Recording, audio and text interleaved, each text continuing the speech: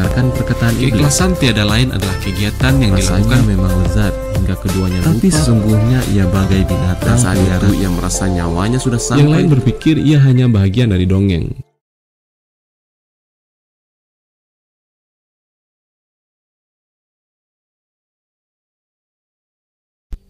Sherlock Holmes, The Sign of the Four, 4 Pemburu Harta, karya Sir Arthur Conan Doyle. Bab 3, Mencari Pemecahan. Holmes baru kembali pukul 5:30. Ia tampak cerah, bersemangat, dan sangat bergairah. Tidak ada misteri besar dalam masalah ini, katanya sambil meraih secangkir teh yang kutuangkan untuknya. Fakta-faktanya menuju ke satu penjelasan. Apa? Kau sudah memecahkannya? Terlalu berlebihan kalau mengatakan begitu. Aku sudah menemukan fakta yang kuat, hanya itu. Malah, fakta itu sangat kuat. Tetapi masih ada beberapa rincian yang harus ditambahkan. Aku baru menemukan setelah membaca edisi-edisi lama Times bahwa Mayer Sholto dari Upper Norwood, mantan infanteri Bombay ke-34, sudah meninggal pada tanggal 28 April 1882. Maafkan aku, Holmes, tapi aku tidak mengerti apa artinya. Tidak, kamu membuatku terkejut. Kalau begitu, bayangkan ini. Kapten Morstan menghilang. Satu-satunya orang di London yang mungkin dikunjunginya adalah Mayer Sholto. Mayer Sholto mengingkari dirinya tahu keberadaan Morstan di London. 4 tahun kemudian, Sholto meninggal. Seminggu sesudah kematiannya, putri Kapten Morstan menerima hadiah berharga yang berulang setiap tahun. Dan sekarang mencapai puncaknya dengan surat yang menjelaskan bahwa dia telah mendapat perlakuan yang salah. Kesalahan apa yang dimaksud surat itu selain menghilangnya si ayah? Dan kenapa hadiahnya dimulai segera sesudah kematian Sholto? Kecuali bahwa keturunan Sholto mengetahui sesuatu dalam misteri ini dan ingin memberikan kompensasi. Apa kau punya teori lain yang sesuai dengan fakta-faktanya? Tapi itu kompensasi yang benar-benar aneh dan dilakukan dengan cara yang sangat aneh. Kenapa dia menulis surat sekarang, bukannya 6 tahun yang lalu? Sekali lagi, surat itu menyatakan bahwa pengirimnya ingin menegakkan keadilan bagi Miss Morstan. Keadilan macam apa? Terlalu berlebihan untuk beranggapan bahwa ayahnya masih hidup. Setahuku, tidak ada ketidakadilan lain dalam kasusnya. Ada beberapa kesulitan yang nyata, kata Sherlock Holmes. Tapi ekspedisi kita nanti malam akan memecahkan semuanya. Kereta yang membawa Miss Morstan sudah datang. Kau sudah siap? Kalau begitu, sebaiknya kita turun, karena sekarang sudah lewat jam yang ditetapkan.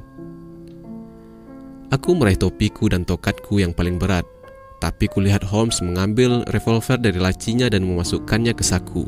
Jelas, ia menganggap pekerjaan kami malam ini serius. Miss Morstan mengenakan mantel berwarna gelap, dan wajahnya tampak tenang walaupun pucat. Ia pasti wanita yang sangat kuat kalau merasa nyaman dengan kegiatan aneh yang kami lakukan. Sekalipun begitu, pengendalian dirinya begitu sempurna, dan dengan sikap menjawab beberapa pertanyaan tambahan yang dilontarkan oleh Sherlock Holmes kepadanya. Mayer Sholto teman baik Papa, katanya.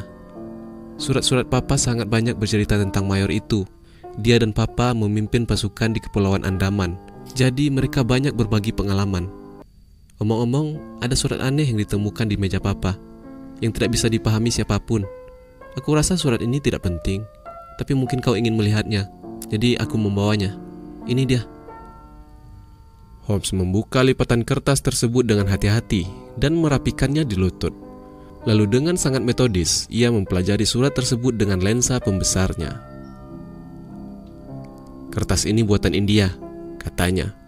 Pernah ditancapkan di papan selama beberapa lama. Diagram yang ada di sini tampaknya rancangan sebagian bangunan besar dengan banyak aula, lintasan dan koridor. Pada satu tempat diberi tanda silang merah kecil ini, dan di atasnya tertulis 3,37 dari kiri dengan pensil yang sudah samar. Di sudut sebelah kiri ada 4 salib mirip hieroglif yang aneh, berjajar dengan lengan-lengan saling bersentuhan. Di sampingnya ditulis dengan kasar, The Sign of the Four. Tanda 4, Jonathan Small, Mahmed Singh, Abdul Khan, Dos Akbar.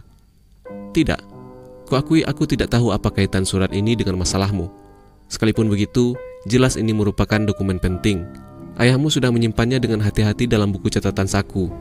karena kedua sisinya sama bersihnya. Kami memang menemukannya di dalam buku catatan saku papa. Kalau begitu, simpan dengan hati-hati, Miss Morrison, sebab mungkin kelak akan terbukti dokumen ini ada gunanya bagi kita. Aku mulai merasa masalah ini mungkin jauh lebih tersembunyi daripada dugaanku semula. Aku harus mempertimbangkan kembali gagasan-gagasanku. Ia bersandar di dalam kereta, dan aku bisa melihat dari kerutan alis dan pandangannya yang menerawang, ia tengah berpikir keras. Miss Morrison dan aku bercakap-cakap pelan mengenai perjalanan kami kali ini dan kemungkinan hasilnya. Tapi teman kami tetap berdiam diri hingga kami tiba di tujuan. Saat itu malam bulan September dan belum lagi pukul 7. Tapi hari itu terasa muram dan kabut serta gerimis tipis menyelimuti kota besar ini. Awan berwarna lumpur menjuntai sedih di atas jalan-jalan penuh lumpur. Di sepanjang Strand, lampu-lampu tampak bagaikan bercak-bercak cahaya samar yang menciptakan lingkaran cahaya di jalan yang licin. Cahaya kekuningan dari etalase-etalase toko membanjiri udara yang lembab dan menimbulkan berkas-berkas cahaya yang bergerak-gerak di sepanjang jalan. Bagi benakku, berkas-berkas cahaya tersebut seakan menampilkan wajah-wajah yang timbul tenggelam, wajah-wajah sedih dan gembira, kasar dan riang. Seperti semua manusia, wajah-wajah tersebut berubah dari muram ke gembira, lalu kembali muram. Aku tidak mudah terkesan, tapi malam yang suram dengan masalah aneh yang akan kami hadapi membuatku gugup dan tertekan. Aku bisa melihat dari sikap Miss Morrison bahwa ia juga menderita perasaan yang sama. Hanya Holmes yang bisa mengatasi pengaruh-pengaruh sepele ini.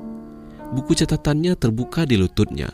Dari waktu ke waktu ia menuliskan angka dan catatan dengan bantuan cahaya dari lentera sakunya.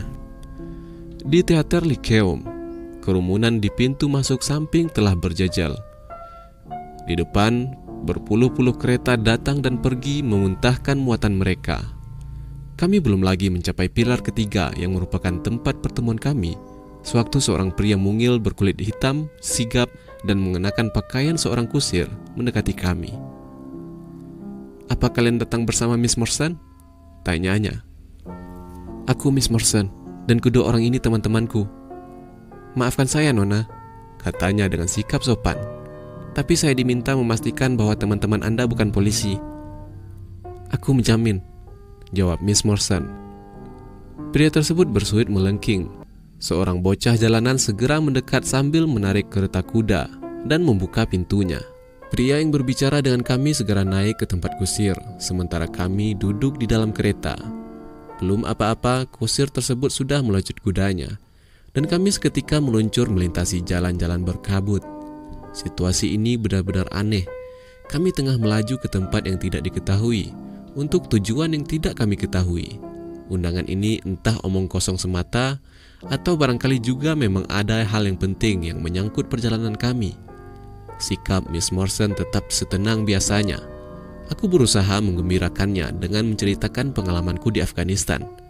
Tapi sejujurnya, aku sendiri penasaran dengan situasi kami dan sangat ingin mengetahui tujuan perjalanan ini, sehingga tidak bisa bercerita dengan benar.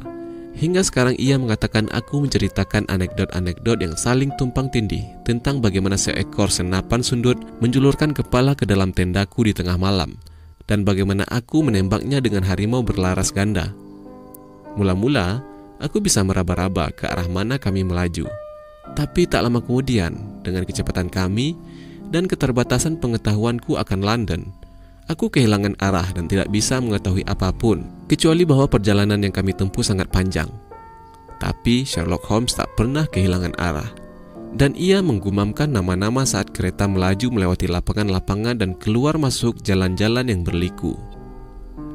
"Rochester Row," katanya. "Sekarang Vincent Square. Sekarang kita keluar di Vauxhall Bridge Road. Kelihatannya kita menuju kawasan Surrey. Ya, sudah kuduga. Sekarang kita melintasi jembatan. Kau bisa melihat sekilas sungainya." Kami memang sempat melihat Thames sekilas, dengan lampu-lampu yang berkilauan di atas perairan yang lebar dan tenang.